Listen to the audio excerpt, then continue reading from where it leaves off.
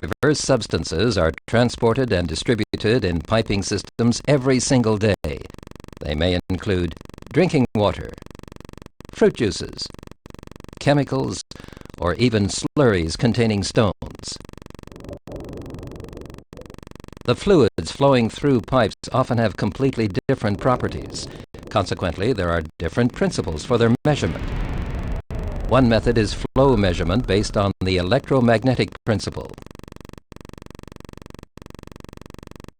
The basic physics of this principle can be traced back to the English physicist Michael Faraday, who in 1831 discovered that electrical current can be generated with a magnetic field.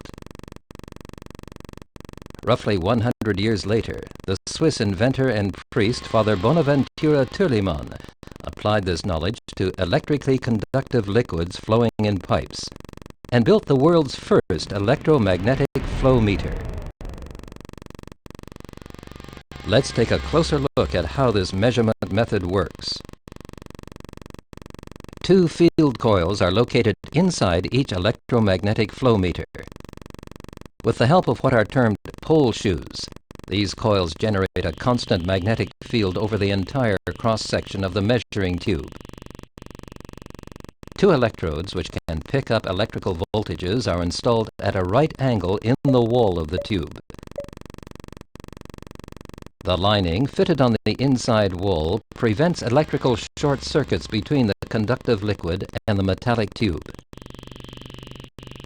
If there is no liquid flow, no induced electrical voltage is measured at first between the two electrodes. The electrically charged particles of the conductive liquid are evenly distributed, shown here in water with red and blue particles. However, as soon as the liquid starts to flow in the measuring tube, the magnetic field applies a force to the charged particles. As a result, the positively and negatively charged particles in the liquid are separated and collect on the opposite sides of the tube wall. Now an electrical voltage forms, which is detected and measured by the two electrodes. This voltage is directly proportional to the flow velocity in the pipeline. Together with the known tube cross-section, the flow volume can then be calculated.